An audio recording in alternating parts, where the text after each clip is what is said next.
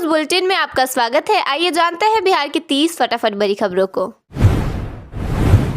समृद्धि यात्रा के दौरान एक कार्यक्रम में एंकर ने सम्राट चौधरी को बिहार का मुख्यमंत्री बताते हुए मंच पर भाषण के लिए बुलाया। एंकर ने कहा कि जोरदार तालियों के साथ मुख्यमंत्री का स्वागत किया जाए, जिससे वहां मौजूद लोगों में हलचल पैदा हो गई। मोतिहारी में विकास दुबे के स्टाइल में पुलिस पर फायरिंग का मामला सामने आया है, जिसमें 2 बदमाश मारे गए। इस घटना में एक एसटीएफ जवान शहीद हो गया। बताया गया कि बदमाशों ने दरोगा से कहा था कि वे 15 पुलिस वालों को मारेंगे। कांग्रेस ने आरोप लगाया कि बीजेपी ने उनके 3 विधायकों को अपने पक्ष में कर लिया है। इसके विरोध में कांग्रेस नेताओं ने प्रधानमंत्री का पुतला फूंका और विधायक चोरी बंद करो के नारे लगाए। तेजस्वी की फ्लाइट कोलकाता की बजाय गुवाहाटी डाइवर्ट कर दी गई। वहीं बिहार के 20 जिलों में बारिश को लेकर येलो अलर्ट जारी किया गया है और लगभग 40 किलोमीटर प्रति घंटे की रफ्तार से हवा चल रही है। पूर्णिया में एक बारात के दौरान रास्ता मांगने को लेकर 2 पक्षों के बीच जमकर मारपीट हो गई। इस घटना में दोनों पक्षों के 4 लोग घायल हुए हैं और मामले की शिकायत थाने में दर्ज कराई गई है। राजद विधायकों ने चुनाव में वोट नहीं देने का कारण बताते हुए कहा कि पार्टी ने गलत उम्मीदवार का चयन किया था। वहीं सुरेंद्र के पोस्ट पर एक यूजर ने इसे नमक हरामी कहा है। दरभंगा में बिजली विभाग के एक इंजीनियर के ठिकानों पर छापेमारी की गई।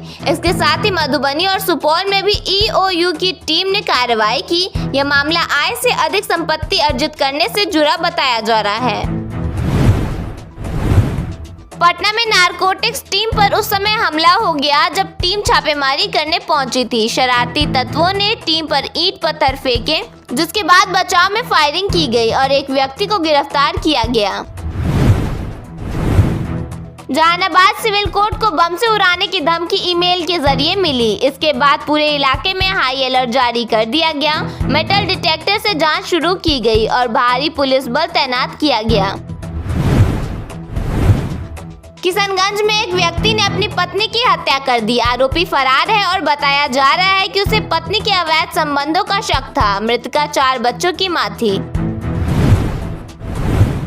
मुजफ्फरपुर में 3 घरों में चोरी की घटना सामने आई। साइकिल सवार चोर की तस्वीर सीसीटीवी में कैद हुई है। चोर मोबाइल, पर्स और एटीएम कार्ड लेकर फरार हो गया।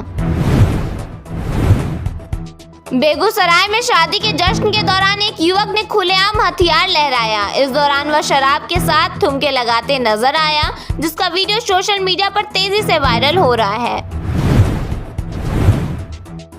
आज बिहार के 7 जिलों में हल्की बारिश को लेकर येलो अलर्ट जारी किया गया है। अधिकतम तापमान में 2 से 3 डिग्री तक की बढ़ोतरी होगी।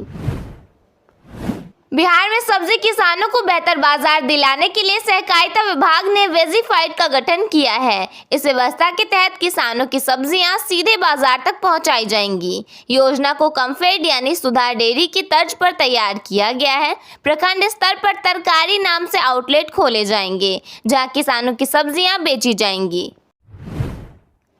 फोर्ड हॉस्पिटल मलाही अपना नया 40 बेड यूनिट शुरू करने जा रहा है। 40 बेड वाले इस अस्पताल में laparoscopy, heart emergency, cath lab, सामान्य से लेकर जटिल सर्जरी और ओपीडी सेवाएं उपलब्ध रहेंगी। यहां अत्याधुनिक तकनीक से लैस कैथ लैब की स्थापना की गई है, जिससे हृदय रोगियों की जांच और इलाज अधिक सटीक व त्वरित तरीके से किया जा सकेगा। बिहार में मौसम ने अचानक करवट लेकर लोगों को हैरान कर दिया है। एक तरफ दिन में तेज धूप और चिलचिलाती गर्मी, तो दूसरी ओर शाम होते ही आंधी, बारिश और ओले गिरने का सिलसिला शुरू हो गया है। आईएमडी ने राज्य के 19 जिलों में आंधी, तूफान, बिजली गिरने और तेज हवाओं का अलर्ट जारी किया है, जो 22 मार्च तक जारी रह सकता है। पटना जू घूमने आने वालों को अब विदेशों जैसी व्यवस्था मिलने वाली है। इस व्यवस्था से खासकर पैदल चलकर आने वाले लोगों को फायदा हो सकेगा। एक खास किस्म की सिग्नल लाइट लगाई जाएगी। रोड को क्रॉस करने के लिए सिर्फ एक बटन दबाना होगा। बिहार में विकास की रफ्तार को तेज करने के लिए मुख्यमंत्री नीतीश कुमार की समृद्धि यात्रा अब असर दिखाने लगी है। इसी कड़ी में उनके भागलपुर दौरे के दौरान जिले को 441.32 करोड़ रुपए की बड़ी सौगात मिली है। कार्यक्रम में सीएम ने एक साथ 88 योजनाओं का उद्घाटन और 56 योजनाओं का शिलान्यास किया। साथ ही यहां उन्होंने निर्माण हो रहे रेलवे ओवरब्रिज का निरीक्षण भी किया, जबकि डिप्टी सीएम सम्राट चौधरी ने अगले महीने के अंदर 18 लाख महिलाओं के खाते में 10-10 हजार रुपए देने का ऐलान किया है। बिहार में सड़क सुरक्षा को लेकर परिवहन विभाग ने बड़ा फैसला लिया है। अब बिना व्हीकल लोकेशन ट्रैकिंग डिवाइस और इमरजेंसी बटन के किसी भी सार्वजनिक वाहन का रजिस्ट्रेशन, फिटनेस और प्रदूषण प्रमाण पत्र नहीं बनेगा। खास तौर पर स्कूली बच्चों, विशेषकर छात्राओं की सुरक्षा को ध्यान में रखते हुए सभी स्कूल बसों और वैन में VLTD लगाना अनिवार्य कर दिया गया है। बिहार के गया जंक्शन पर यात्रियों को वर्ल्ड क्लास सुविधाएं मिलने वाली हैं। गया जी बिहार के फेमस टूरिस्ट प्लेस की लिस्ट में शामिल है। इस जिले का धार्मिक महत्व भी है। ऐसे में गया जंक्शन को नए लुक में डेवलप किया जा रहा है। इसके साथ ही संभावना जताई जा रही है कि इस साल के जून महीने में ही गया जंक्शन मॉडर्न सुविधाओं से लैस हो जाएगा।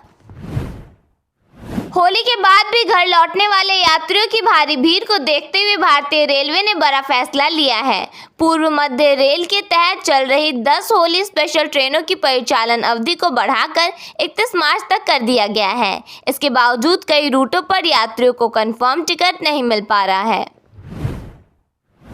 बिहार राज्यसभा चुनाव में एनडीए ने 5 सीटों पर कब्जा जमा लिया है। एनडीए को 202 और महागठबंधन को मात्र 37 वोट मिले हैं। चुनाव के दौरान कांग्रेस के 3 और राजद के 1 विधायक गायब रहे।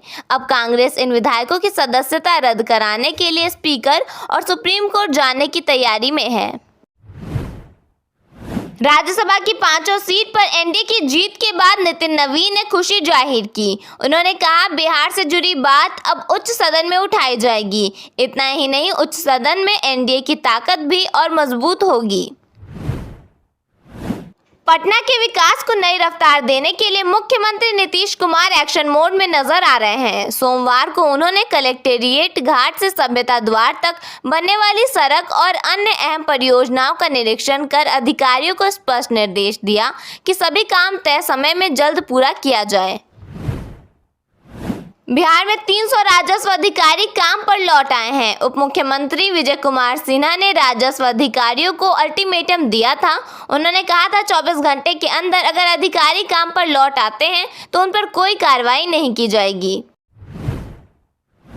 केंद्रीय सड़क परिवहन राज्य मंत्री हर्ष मल्होत्रा ने दानापुर बेटा एलिवेटेड कॉरिडोर के निर्माण काम का निरीक्षण किया। उन्होंने अधिकारियों को निर्देश दिया कि परियोजना का काम अगले साल अगस्त तक पूरा किया जाएगा। करीब 25 किलोमीटर लंबी इस परियोजना से इलाके में यातायात की समस्या काफी कम होने की उम्मीद है।